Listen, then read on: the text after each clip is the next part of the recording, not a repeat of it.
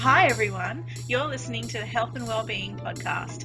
I'm Alison Mitchell, a practicing naturopath, and you can find me on naturopathnsw.com.au. Today I'll be talking about children's health with fellow naturopath Kellie Holland. These podcasts will feature discussions on various health conditions, health tips, and nutrition from a naturopathic perspective. Sometimes it's just me, sometimes I'm interviewing guests. All the time I hope to share with you information on health and wellbeing with the aim to empower and educate. Please remember that all information is general and not a specific recommendation that replaces consulting with a practitioner. Please talk to your healthcare practitioner before undertaking any changes to your treatment regime. So Kellie is a naturopath. She's a clinical nutritionist and a medical herbalist, and she's based on the central coast of New South Wales, where she lives with her husband and her beautiful daughter.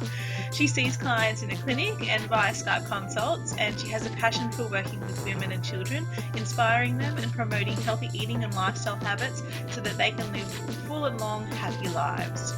Kellie also runs a successful blog on her website, which is tonikhealth.com.au, and that's tonic with a K, and where she also has free, healthy and delicious recipes available.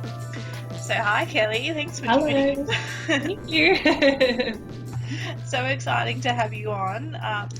So I've been following your development of your new website, and it's just looking absolutely amazing. Thank you. It's thanks to my husband. He's a bit of a nerd. Nerd power. Yay. That's awesome. And do you have a bit of a control in terms of the aesthetics of it as well? Because I really love the style of it. Yeah, much to his dislike. He has a bit of a different idea of what looks good than I do. But yeah, I sort of tell him what I wanted, and sometimes he'll say, oh no, that can't happen, and it ends up happening anyway. So yeah, that's pretty much my design, and he just does what he's told. And that's so great, and I love how much you've got the pictures of your daughter up there as well, and you do quite a lot of work with children as well. So yeah, I've got a bit of a soft spot for kids. Yeah. And what have you been getting up to lately? Well, I'm in the middle of writing an ebook that I'm going to be putting up on the website soon. Basically just health and well-being. It's not really any theme at all, but it's going to have a lot of nutritional advice in it. Yeah, so it's for everyone. Yeah, it's for everybody. It's basically just how to live a healthy life. I've also been contributing a lot of articles to certain publications. So I'm about to start writing a few articles for Bondi Harvest, and also the Sussex newspaper. I'm a columnist for them now too. Mind Body Green, Mouths of Mums. Been a bit busy in that aspect, and I'm also going to be opening up my own YouTube channel soon too. Nice. Yeah. So that's really exciting. I've also started up a YouTube channel as well, which I started following you actually. Yeah, likewise. And so this will be on there, and then other podcast videos that I've done are going on there too, and hopefully we'll be doing like little cooking tips and things like that. Yeah, I'll have to have you up here and we can do a cooking class or something together. Oh, that'd be so exciting. And then apart from that, just working at the clinic, and soon I'm going to be wrapping up with the you're about to pop. So that'll be exciting when that comes out. Yeah. That. He. It's a him. Yeah. I've been watching birthing videos, and I don't really think I should have done that. That's a good idea. Like, I know how it works, but now I'm just like going, well, they all seem to be in a lot more pain than I thought they would be. But it's good, because I think like having my knowledge of pregnancy and birthing and things like that, and so I do have a lot more of that background knowledge as well, and when little one comes out, they look after it as well. So I think similar to you, I have a soft spot for kids too, so I'm really excited for this topic today. Yay. So I want to talk particularly about children's immune health, because it's winter at the moment and a lot of kids are coming into the clinic sick, and I think that it's One of the things in particular is that there's this overprescription of antibiotics happening at the moment, and everyone is sort of aware that this is an issue because of the development of superbugs. But what else can we do? Yeah. Well, the answer is lots. Yeah. So I guess my first question is, what are some of the most common infections that children can get? Okay, I, especially with my daughter, because she's at preschool, so preschool is like a haven for sick kids. And I mean, I don't really believe in pulling kids out every time they get a sniffle. I think that, kids need to go to preschool, they need to do basically the learning and everything, and it's sort of, it does suck in a way when kids have low immune systems, they catch everything that's going around, but in a way it helps their adaptive immunity as well to catch things, but it's a matter of being sort of prepared so that they don't get quite as sick for quite as long as well. A lot of the infections I see are obviously the common cold and the flu, but also you see a lot of gastroenteritis as well with little kids, which can be quite scary with the chronic diarrhea, and hand, foot and mouth as well. I see a lot of that. My daughter came home with it once, but I think, touch wood, considering she's been at preschool for like 4 years, I think getting that once, that's pretty lucky, because a lot of kids get it, multiple times. Yeah, frequently, so, yeah, so they're basically the most common ones for preschoolers. She's yet to get chicken pox, so that's, I think, a pretty common one, but that's one that parents usually pull kids out of school for.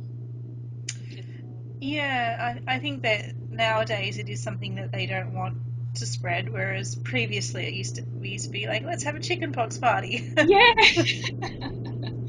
Yeah, well, the dangers of, preventing your kid from getting it, I mean, I think I would rather my daughter get it and then not have to contend with getting it later on in life, because it can cause complications later on in life if they get it when they're older. So I think I would rather a chickenpox party, to be honest. Yeah. Conjunctivitis is really common. Yeah. And I think it's because, like, you just hands everywhere. Yeah. Not washing their hands properly, that sort of thing. Another common one that I'm seeing a bit is a skin infection called molluscum contagiosum, which is a viral infection of the skin, and it comes up like these tiny little clear blisters, and it's really contagious, so you have to be careful about like washing your sheets and not having baths and that sort of thing, and it can be quite difficult to deal with because there isn't any sort of conventional treatment available for it. But at the moment, the current recommendation for what the doctors are giving is to scratch the actual lesions, and then they will get the immune system activated. But I find that, with that one in particular, just boosting the immune system, getting the gut right, and also using some topical antivirals, it's usually gone real quick smart. Yeah, definitely. Yeah, I don't think my daughter would like me to scratch it if she had that. She wouldn't let me near her. Thankfully, they're not painful, but still. Yeah, oh gosh. Seeing your mum come at you with a needle going, yeah. Oh God. And then the other one that is really common is ear stuff. Yeah, middle ear infections and ear, definitely. And I see that a lot in kids who do get upper respiratory tract issues a lot. So, the stuffy sinuses and stuffy nose and the postnasal drip, and it's sort of, especially when they lie on their side, it can, the ears and the eyes and the nose, they're all connected. A lot of gunk can get in their ears and cause that as well.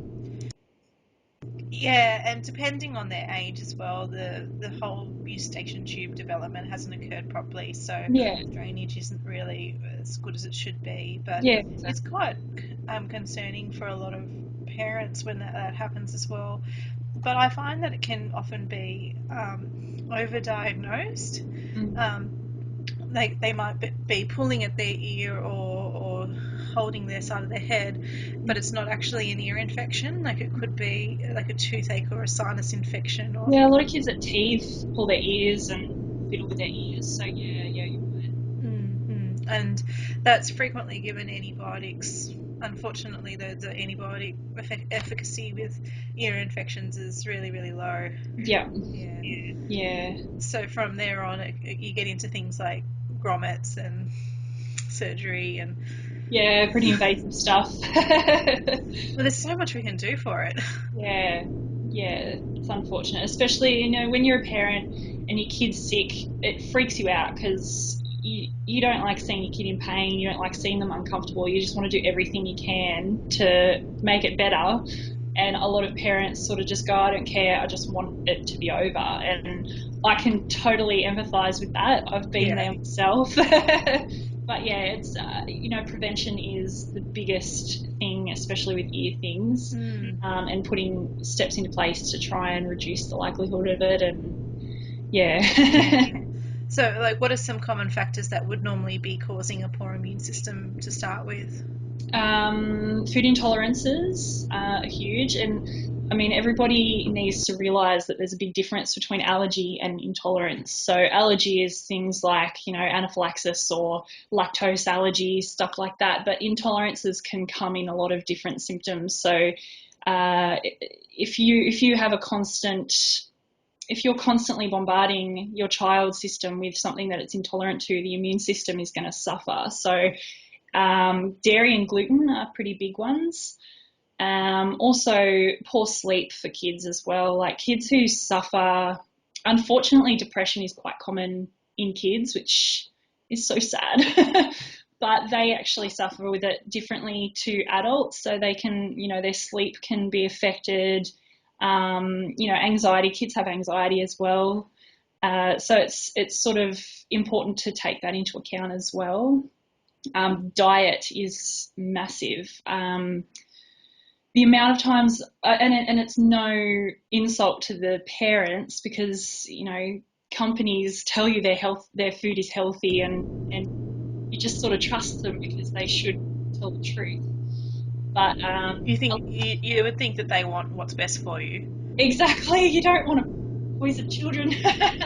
But but they want to sell their products. Exactly. So yeah, the parents that say, oh no, my child has a healthy diet, and then when you sort of see what they've been eating, it's not really quite as healthy as it should be. So diet is massive. Gut health as well, like most of the immune system lies in the gut. So too much sugar, not enough vegetables, not enough water, that sort of thing can contribute to that. Germaphobe parents as well, parents who don't like their kids getting dirty or muddy. I'm always out there in the rain jumping in puddles with my daughter, making mud pies. But yeah, just letting your kids be kids, and they're still developing their immune system, so you sort of got to be patient in some areas as well. And that's the hygiene hypothesis, isn't it? That like the fear that like over sterilizing everything has led to an increase in allergies. Yeah. No, I agree. I don't think that there's anything I can really add to that list in terms of what causes the immune issues. Yeah, totally. But you're right though that stress has become such of a big issue nowadays for kids, whereas like I mean, how long has that been the case for? Probably not that long. I know, but all I can remember when I was a kid is having nothing to stress about. You didn't have bills, you didn't have, husbands. Exactly.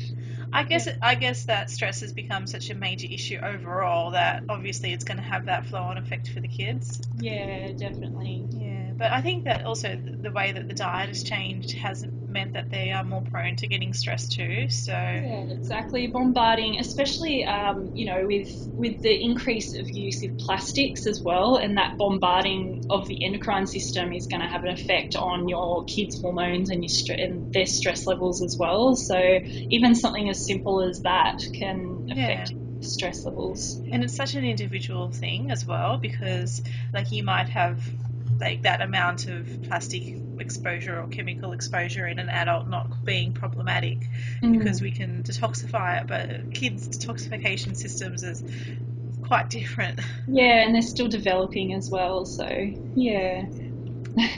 So are there any, and we're talking about diet, and then obviously you want to make sure that they're getting all the nutrients that you need for a healthy immune system, but sometimes you do need to go in there with some supplements and things like that. So what are the main vitamins and minerals and other nutrients that you'd be looking at for a healthy immune system? Omega-3 would be the big thing. I mean, adults don't get enough omega-3, let alone children. So making sure that they're eating a balanced diet with fish. I mean, depending on the age, of course, you're not going to feed a newborn fish, but but yeah, fish, nuts and seeds, oils. That you can also get cod liver supplements too. Cod liver supplements are fantastic because cod liver has a lot of nutrients in it that is good for the immune system. Vitamin D, unfortunately, I mean, in Australia, we're very sun safe, and in a way that's really, really good. But on the other hand, we're very vitamin D deficient, and we really need to let our kids have just a little bit of sun exposure. I mean, I always tell my daughter's preschool to just hold off putting sunscreen on her just for about 10 minutes so that she can get a bit of vitamin D. And that's often all they need. Yeah, just until the skin goes a bit pink. Yeah. Yeah, so 10 minutes a day, preferably between the hours of 11 and 1, because that's when you get the beta rays from the sun. So that's when you're converting the vitamin D in your skin. But you can also get a little bit of vitamin D from butter and sunflower seeds, eggs, fish again. Vitamins A and E are really important as well, as you would know. But yeah, and zinc as well. Zinc is huge, especially for kids who have fussy appetites as well. It's usually a key indicator that they're low in zinc. Which is really common. Yeah, it's more common than a lot of parents realise. And I know that even when my daughter gets really sick, she probably gets the flu once a year and she loses her appetite for the duration of the flu, but it's hard to get that appetite stimulated again after they're sick. So zinc is usually a pretty good, indicator that they need some, if their appetite's like that, then it would make sense if they're using all the zinc for dealing with the infection, then exactly, it would be depleting their stores. Yeah, exactly. So it's a good idea to really look at their zinc levels after they've been sick as well. So selenium and iron are other ones as well. I love probiotics for the immune system. I mean, when you introduce food sources of probiotics like fermented vegetables and stuff, you don't really know what strains you're getting. So even though they're great sources, particular strains like Lactobacillus acidophilus, NCFM, Bifidobacterium lactis as well, HN 001. Yeah, and the rhamnosus as well, HN 001. So maybe that's what I'm thinking. Just to get technical. I love that you're talking strain specifics. That's something I get pretty passionate about. Yeah, definitely. They're not a one size fits all, unfortunately. And you really need to make sure that when you're checking your probiotics, you need to make sure those strain letters and numbers are on the probiotic, because you really wouldn't know what you're getting otherwise. Yeah, exactly. And like, I'm a big fan of fermented foods, but it's great just for being there generally and building up your gut function. Whereas if you're actually trying to achieve a specific effect, such as building up the immune system, then you use strains that have been shown to be beneficial for the immune system. Yeah, it's sort of like herbs. Like, you use all these different herbs in your cooking and everything for general health and well-being, but if you've got a specific ailment, then there's specific herbs that are good for that particular thing. So kind of the same. It's kind of like these supplements that you see that have got a bajillion and one herbs in there with microscopic doses. Yeah, how's that going to do it? Medicinal doses, you're going to be taking a pancake rather than a tablet. Yeah. Anyway, let's not get started on that. No. But yeah, iron is a really common one as well that kids are a bit more deficient in, similar to zinc, because of the fussy eating to begin with, and they need to have a really good healthy stomach acid production in order to digest that. And if you're just eating white bread and Vegemite all day, which, I mean, fair. Okay, but like you might benefit from a little bit of extra food occasionally to get these nutrients in, and so that's the other thing is you need protein as well. So insufficient protein intake can certainly have an impact. Yeah. But going back to the cod liver oil, I love the fermented cod liver oil as a good source of the omega-3s, and it's got the naturally occurring vitamin D and vitamin A in there as well. Yeah. And you do need your vitamin D to get the most out of your vitamin A and vice versa. Yeah. They used to think that it competed, whereas now we know that they actually work together. And Yay, science! Yay! It's like, well, it's how it comes in nature. It's like that's the way it works best.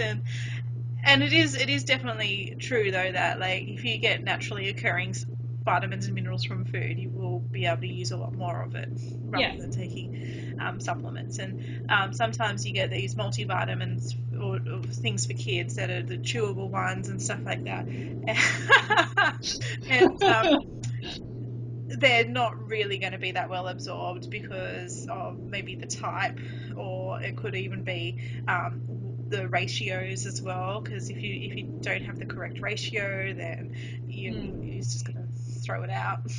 Yeah, and I've noticed those supplements are really low in any nutrients anyway. They just make them look good by listing all these nutrients, and there's hardly any of them. You'd need to take the whole jar to get a medicinal dose anyway. Yeah. Definitely. Okay, so another issue that like a lot of parents face is what to do about fever. So as naturopaths, we know that fever to a certain extent is beneficial, but there are always points in where like it can get to a temperature that you don't want it to get to, and then you have risks of febrile convulsions and things like that. So I think that it's really good for parents to be more educated about fever. It's not just like there's a fever, quick wipe it out with some paracetamol. Yes. There is research that does show that overuse of paracetamol in management of fever will actually lead to increased adverse effects of the cold afterwards. Yeah, definitely. So, can you go into that a bit more about fever? I mean, again, I've been there myself. My daughter got sick a little bit when she was a baby, and it's just terrifying when your baby has this fever, and you can tell they're so distressed. It just, I know, as a mother, it just freaks you out, and I completely understand. And if it's a child under 12 months, by all means take them to a doctor. It's better to be safe than sorry. But yeah, temperatures about 39 to 40 and under are pretty beneficial because it's the body's way of killing off the pathogen. Pathogens, it's like when you boil to sterilize, it's the same way. The body is raising your body temperature to try and kill off that pathogen. So if your child's got a fever of say 38, which I guess wouldn't be classified as a fever, but if your child's got a temperature of 38 and you're bringing that temperature down, you could actually prolong the cold because you're ridding the body of its own defense mechanism. But around 40 and over, that's when I would be definitely taking some steps, like taking the child to a doctor just to be safe, or if the parent's freaking out, then the best thing is to reassure yourself. But remove any socks or any headwear because you lose your heat through your head and your feet. So removing any heavy clothing, make sure they're wearing light clothing so that their body can breathe. Cool baths, fans, compresses. Make sure that they're sipping water or really watered down juice or tea. Yarrow tea is really good for fevers. It's one of my favourites. But yeah, if your child is vomiting or has diarrhea, if they're talking nonsense, if the fever isn't going down after about 48 hours, then definitely take them to a doctor. I'm one of those parents that sort of I freak out a bit too easily, so I can completely understand parents that want to take their child to a doctor every second week. I would never recommend Nurofen. that's one thing that I would never give to a child. It's just toxic to the kidneys, and I myself have kidney issues because of Nurofen, so I'm a big advocate for no Nurofen. Panadol on occasion, if it's really causing distress for the child, I'm all for Panadol every now and then, but it's when you give Panadol when they flinch, it's you can overdo it with Panadol. Natural remedies, try and help the body fight the infection with Manuka honey, onion syrup. I've got an onion syrup. I love it. You just chop up onion, drizzle over Manuka honey, and then after a few hours it'll produce a syrup for you, and just take it as like a cough syrup. Probiotics, like I said, yarrow tea. Tea, yeah. Which is the elderflower and peppermint. Yeah, and it tastes good too. Yeah. Yeah, so that's basically my recommendations. Yeah, I think that's good. And I mean, I understand that you don't want your child to be in discomfort as well. And I think that even if it's not the fear of the fever, it's the fear of the discomfort. So just giving them lots of cuddles and some warming soups can be helpful as well, like good old chicken soup.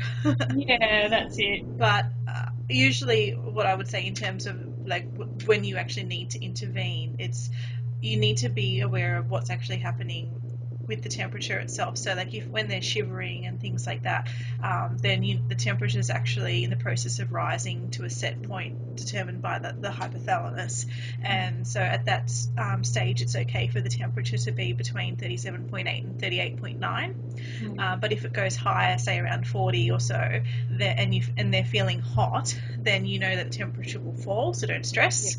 But if the temperature is that high and they're feeling cold or shivery, then the temperature is going to continue to climb. So at that point you want to intervene with the tepid bathing and the yap tea and undressing them and things like that.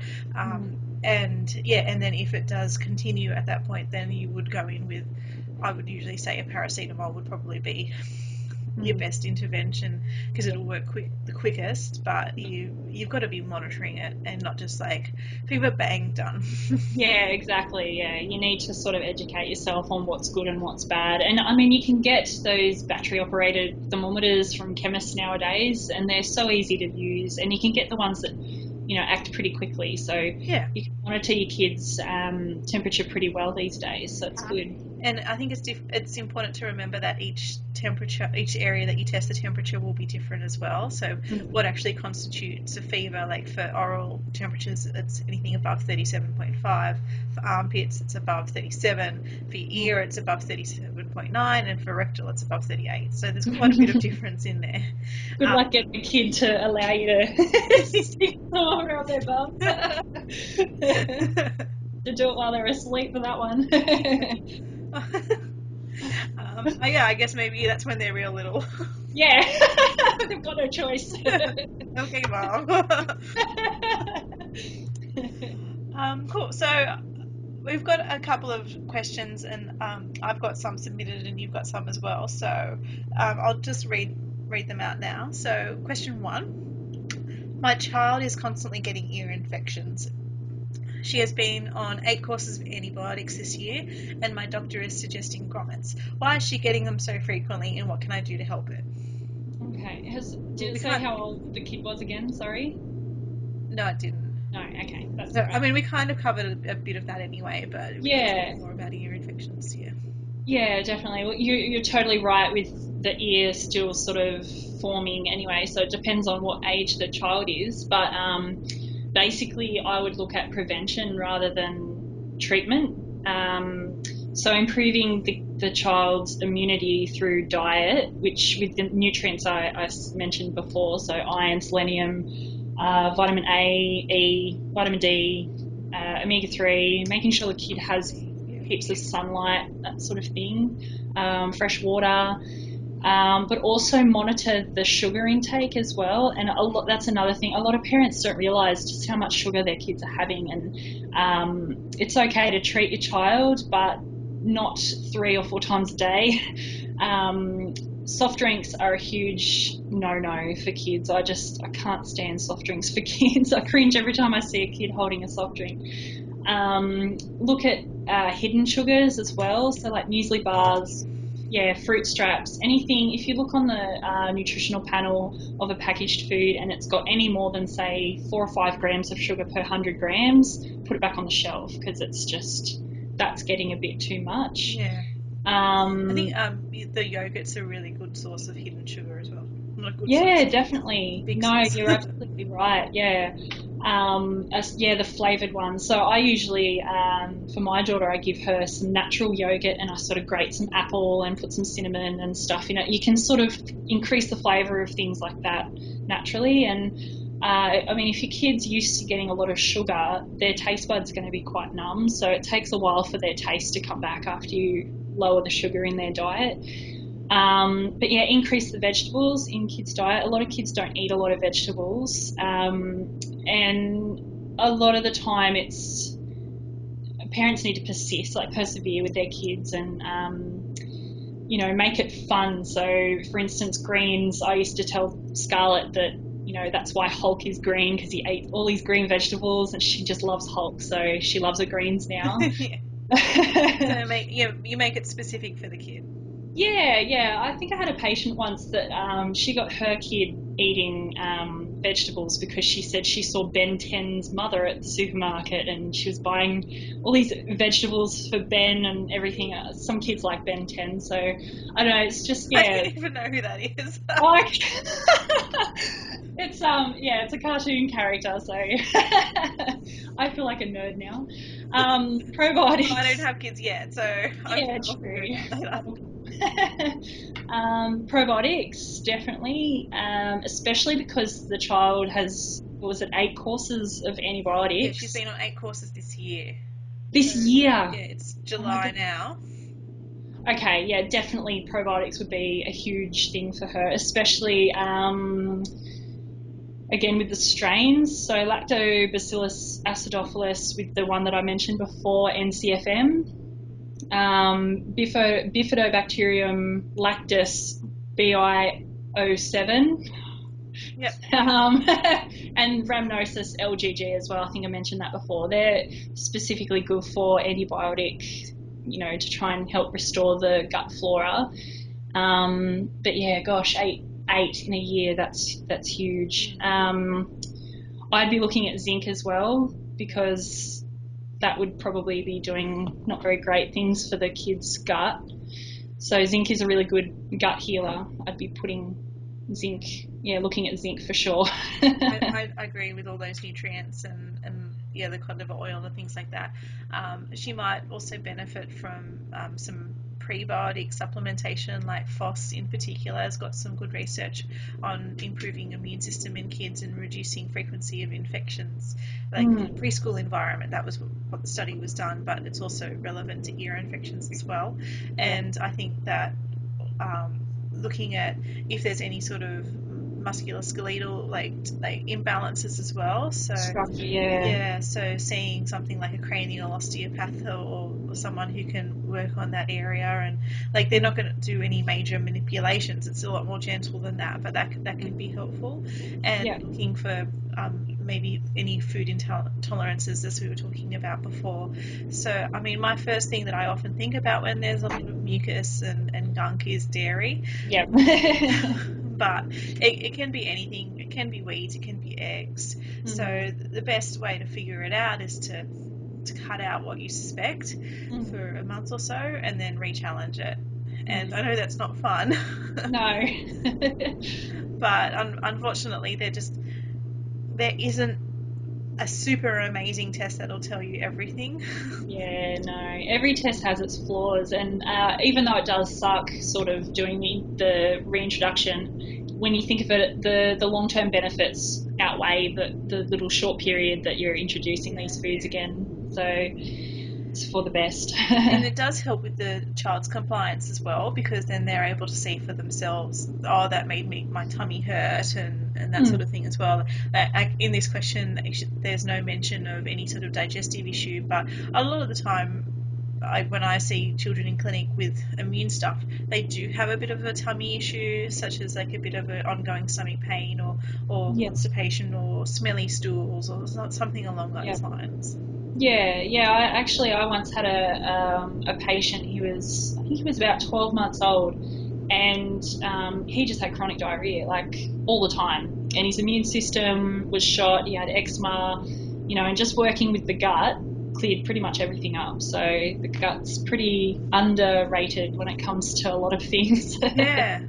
Yeah. There's a quote in one of the studies that I read that I really like, and it's where the gut will make more immune decisions in a day than the rest of your immune system will make in a lifetime. Yeah, it's amazing. Yeah. Yeah, it's amazing. So apart from that, herbal medicine for ear infections. So I guess it depends on how old the kid is in terms of how much they'll take, but there are herbs that are really good for clearance and of mucus around that area and building up the immune system, such as like elderflower and eyebright specifically. So all of these sorts of things you would look at seeing a herbalist or a naturopath for, because they can give you the best quality ones, rather than buying stuff online, because you just don't know what you're getting, unfortunately. Yeah, or from Woolworths. Just don't. Yeah. Anything else you can think of for ear infections? You're absolutely right with those herbs. I've also heard, I haven't tried it myself, but I've heard a lot of great things about marlin as an oil infusion. Oh, and St. John's wort as well. And garlic oil together. Yeah, you can get the blends of it. And sometimes you can even make your own garlic oil.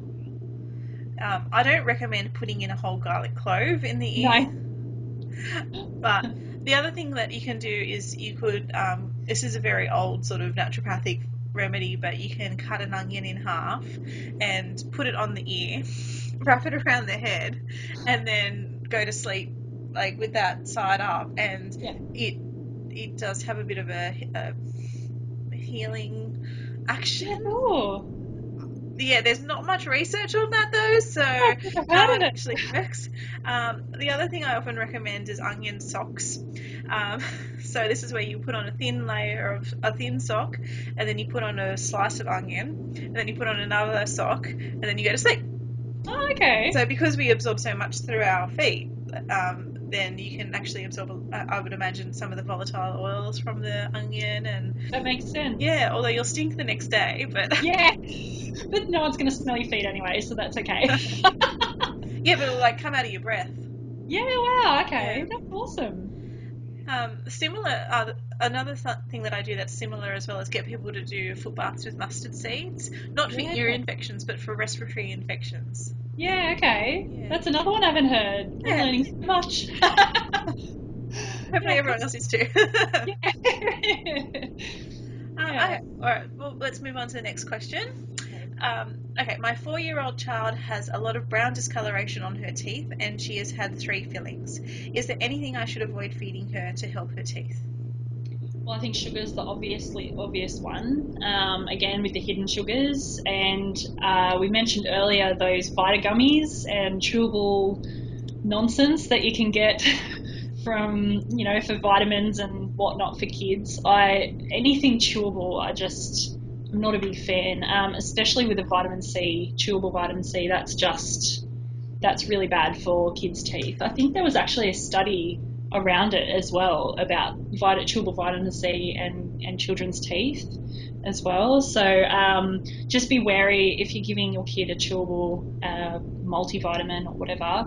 Just make sure you check what's actually in it. A lot of them are filled with sugar because to entice the kid to take whatever it is.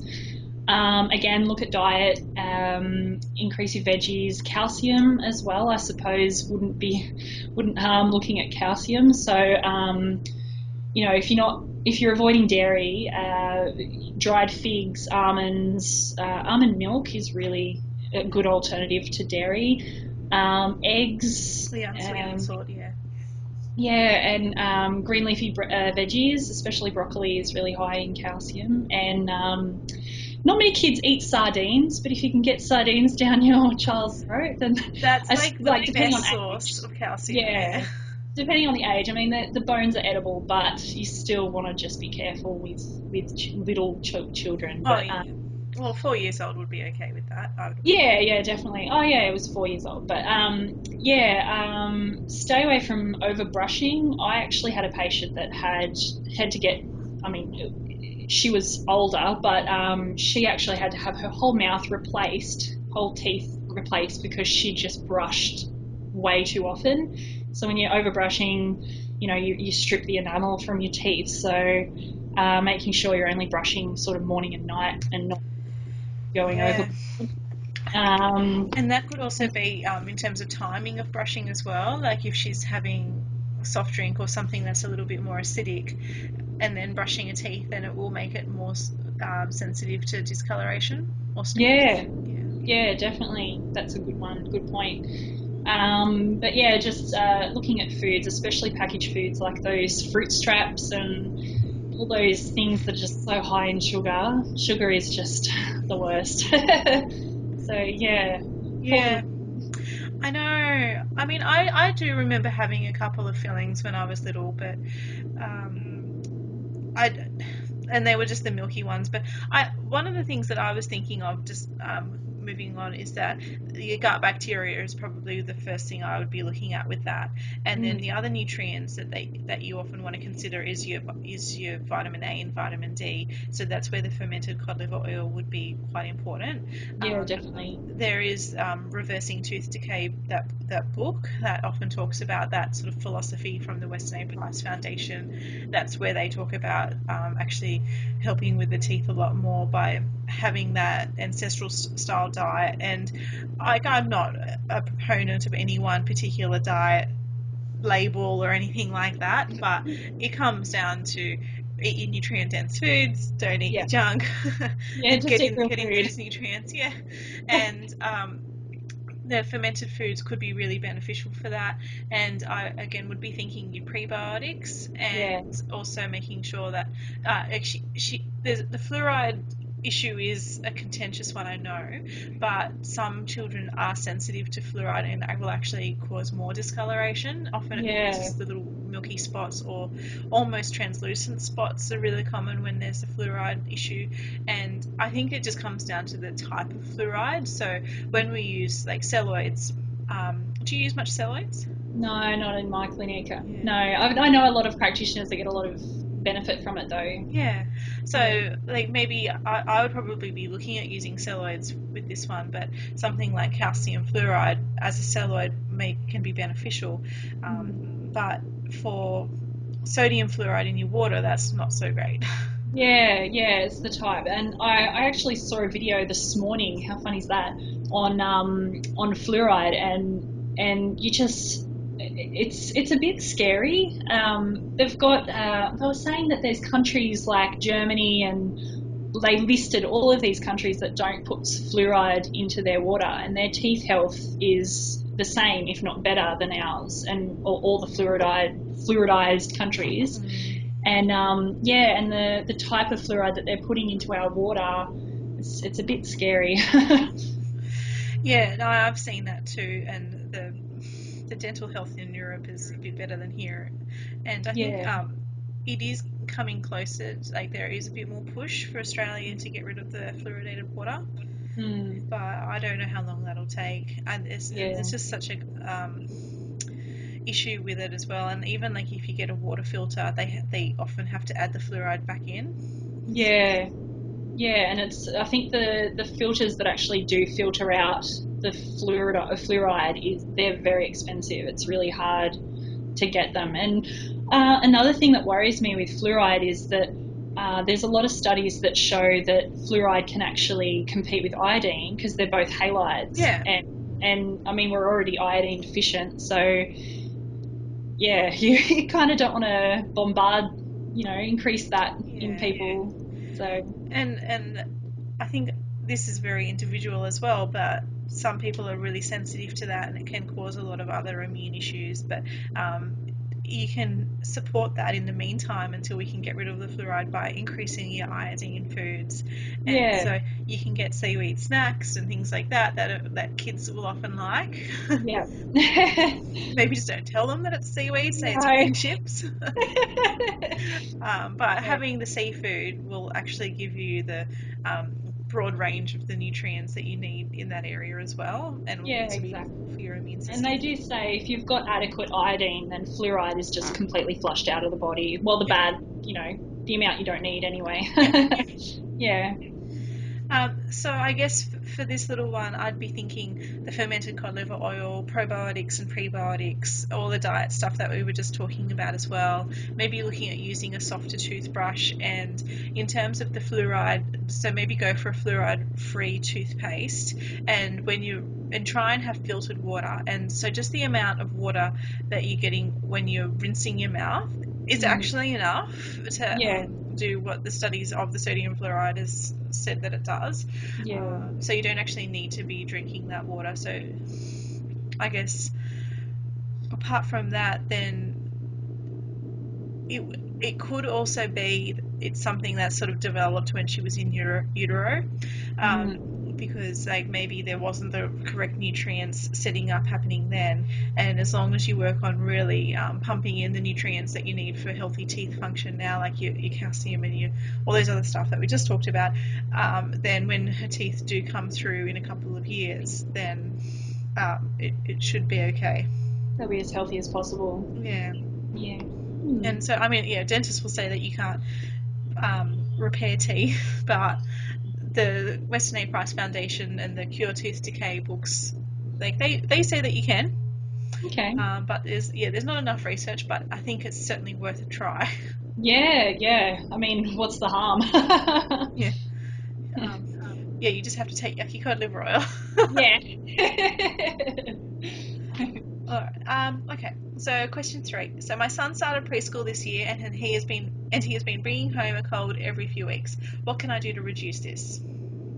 Okay. Well, we've covered a fair bit that they could do already, but if we're looking at specifics, so he's at preschool, so a lot of preschools do supply food.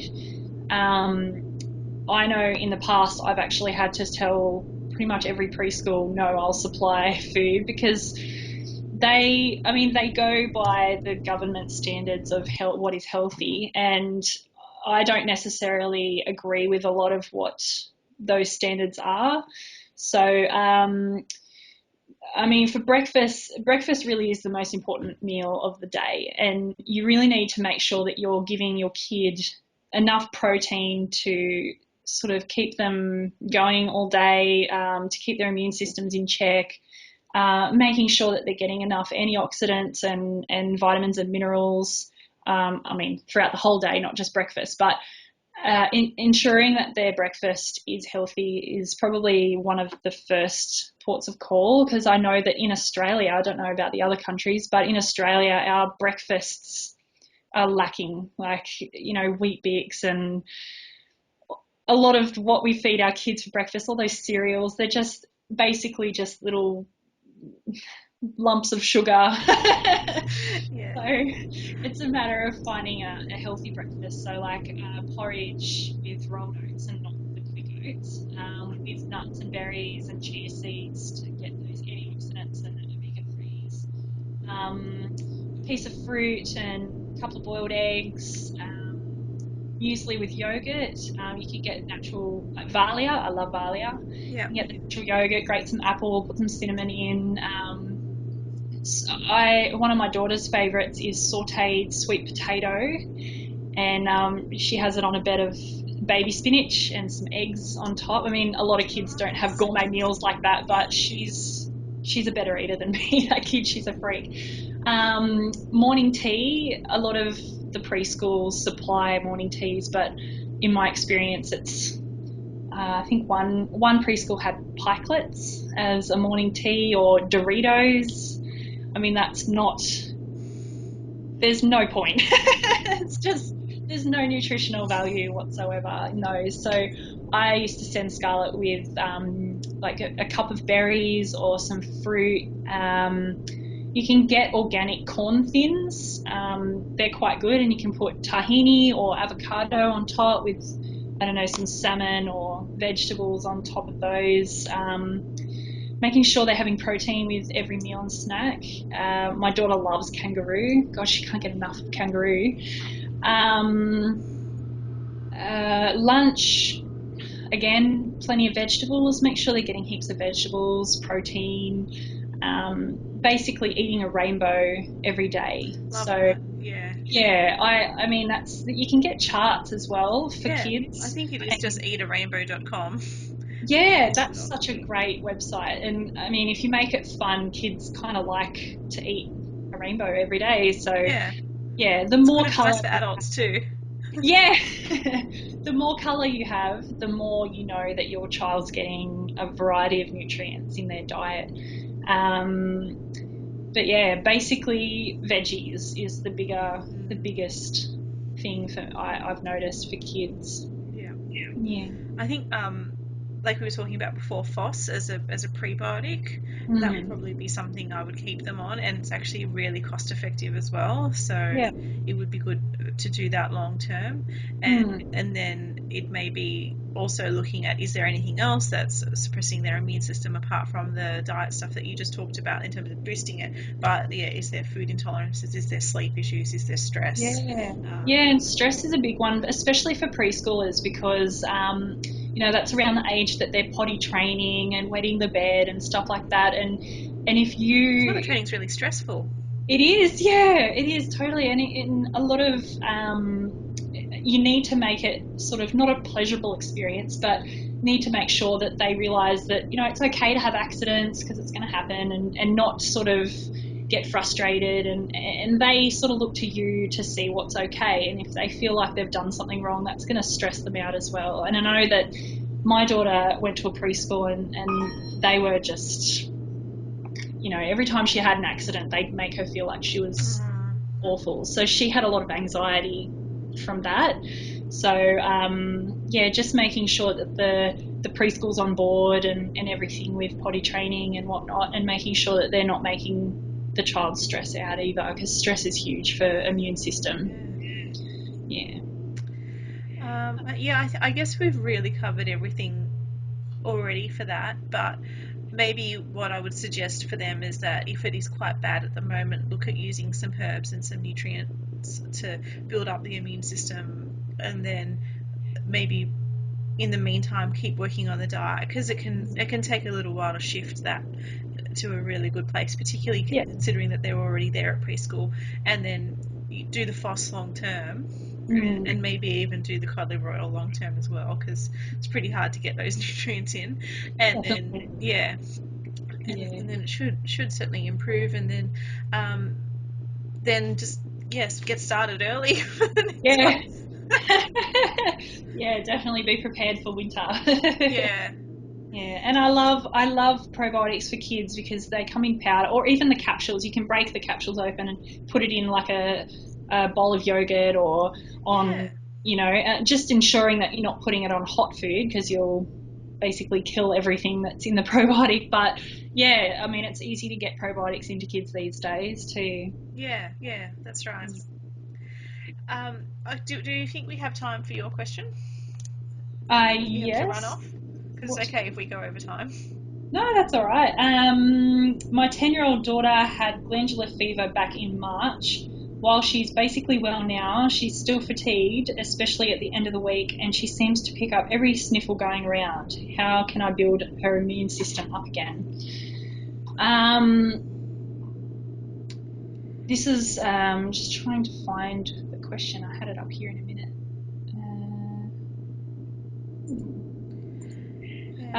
So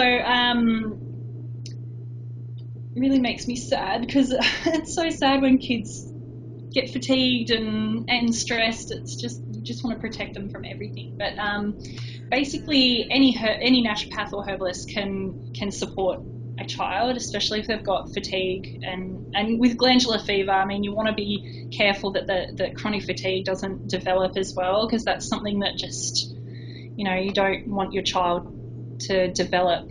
I love andrographis as a herb. Not many people can tolerate it because they do call it the king of the bitters. My daughter chugs that back like a champion. She's amazing.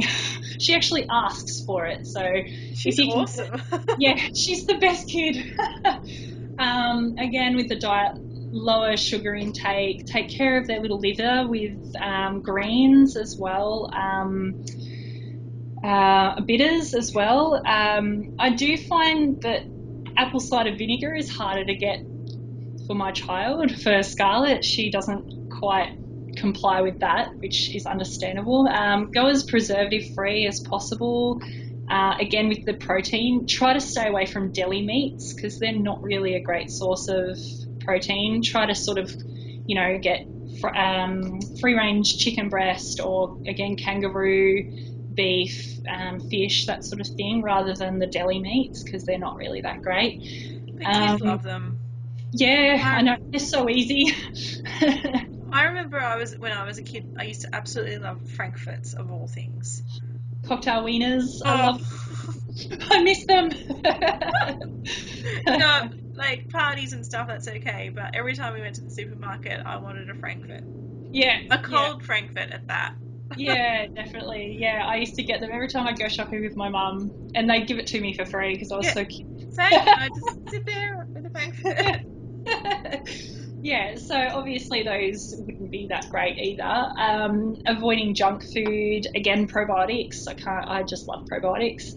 The nutrients that I listed before, adequate snacking as well. Like, if your child is hungry and not bored, but genuinely hungry, it's okay to give them a healthy snack. So, preferably with protein, like veggie sticks with some hummus or tahini or something like that. Or, oh gosh, what does Scarlett eat?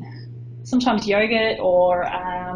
You can make like some little bliss balls and things like that. Yeah, oh god, she loves those. They're amazing. Yeah, so you can make pretty, and homemade muesli bars as well. Like, you can make pretty healthy snacks from scratch. Like little egg whites, that sort of thing. Yeah, and again, looking at emotional issues, is the child being bullied or is there anything that's causing stress for the kid?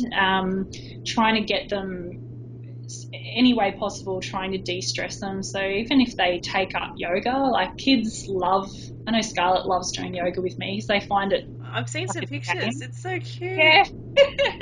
Yeah, so it's sort of like a game for them. And they often get way better at it than us. She is so good at it. I'm so jealous. At least I'm better at it than my husband. That's one thing I've got. Sleeping habits as well, making sure that she's going to bed at a decent hour. Probably wouldn't be much of an issue, but maybe get her iron levels checked as well. I mean, at 10, she's probably not menstruating yet, and I guess, you wouldn't be menstruating for long anyway, but girls tend to have low iron more so than boys. Again, food allergies, exercise, even though she might not feel like it, increasing the exercise slightly as well would be pretty good. Again, yoga, tai chi, all those sort of things. Yeah. And all this up, like the probiotics and prebiotics as you said, and then there are specific herbs that you can do as an antiviral, but you'd need to see someone for that. But apart from that, just building up the immune system, all those ways that you said, I don't have anything to add. No, that sounds great. Oh, good. Yeah, unfortunately, I see a lot of people with glandular fever and... Sorry? I was just saying, I think we've covered everything in the rest of what we've had to say anyway. Yeah, definitely. Yeah, it all comes back down to diet and proper supplementation and gut health. Gut health is the bigger one as well. So it all sort of comes back to that sort of, nutrition and everything. Yeah.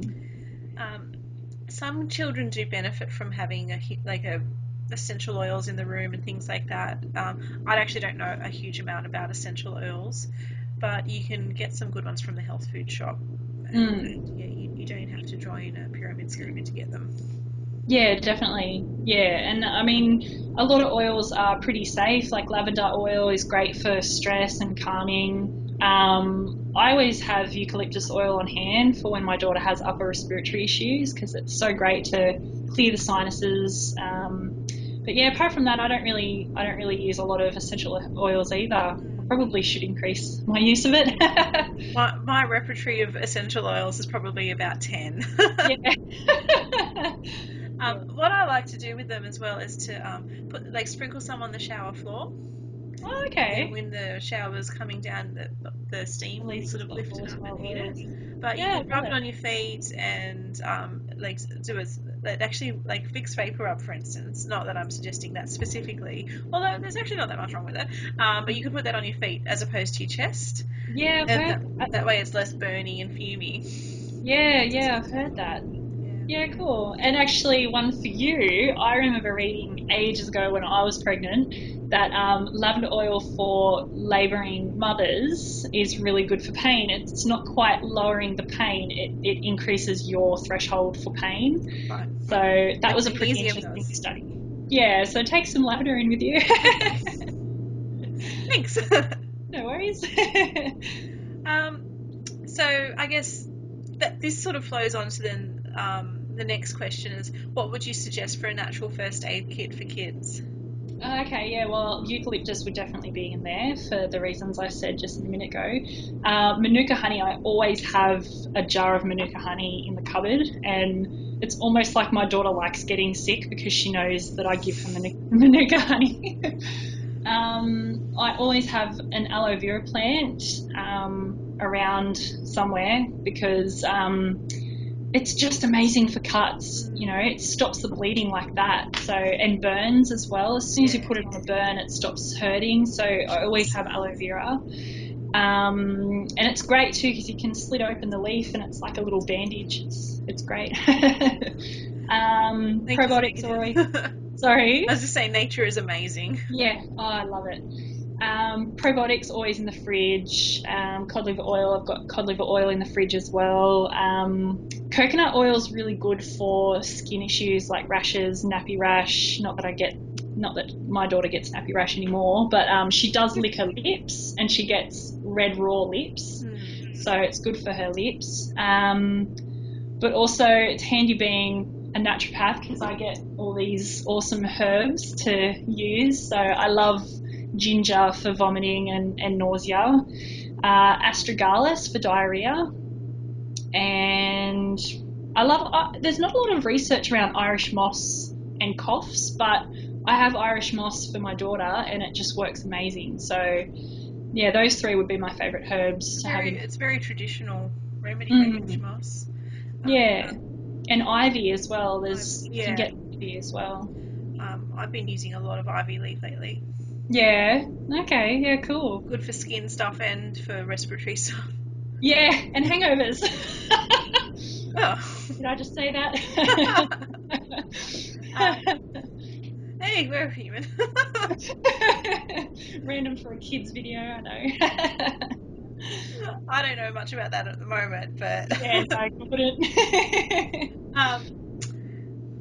So I do usually give parents like some herbs and things to have at the first sign of infection, which usually consists of andrographis or echinacea, or even ivy leaf in there as well.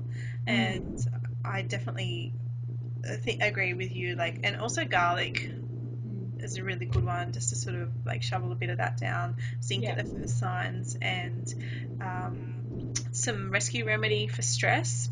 Okay. It's good to have even some passion flower tea or something, or chamomile tea, something along those lines.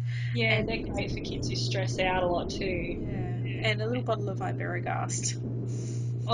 Yeah, I've never used it. I really should try it out because isn't it a Bayer? Is it Bayer? The brand? Floridus, yeah. Yeah. That's right, yeah. So yeah, that's just good for a lot of digestive stuff, and which kids can just randomly get stomach pain. Yeah.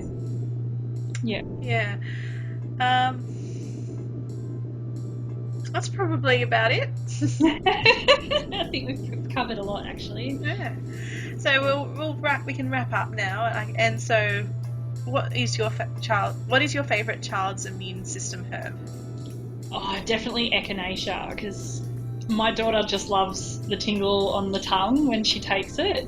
So even when she's not sick, she wants to take it. So it's good. I love it. That's fun. Oh. Yeah. Mine would be pelargonium. Oh, okay. Yeah, and cool. I use that for building up the immune system and for treating acute stuff as well. Yeah. And it tastes like cough syrup, like cough syrup. Yeah, cool. So it's really easy to get kids to take. Yeah, it's hard with kids who aren't brought up on herbs. It can be pretty tough, but yeah, I've seen adults that refuse to take some herbs, but yeah, I've seen kids that just throw it back like it's nothing. So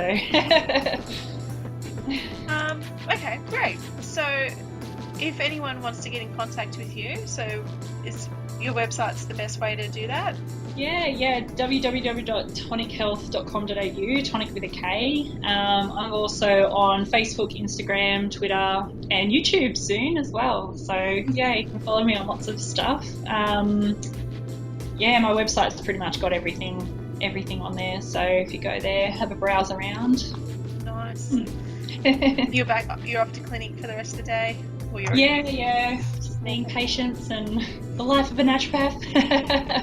Well, I appreciate you fitting me into your day. This is great. Okay. Thank you. It's been fun. It has been. And if anyone wants to get in contact with me, it's naturopathnsw.com.au, and I'm also on all the social media channels which you can get through on my website. And if you've enjoyed listening, then please subscribe on iTunes and leave us a review, hopefully a nice one. And if you didn't like listening, then don't leave a review. We don't want to know.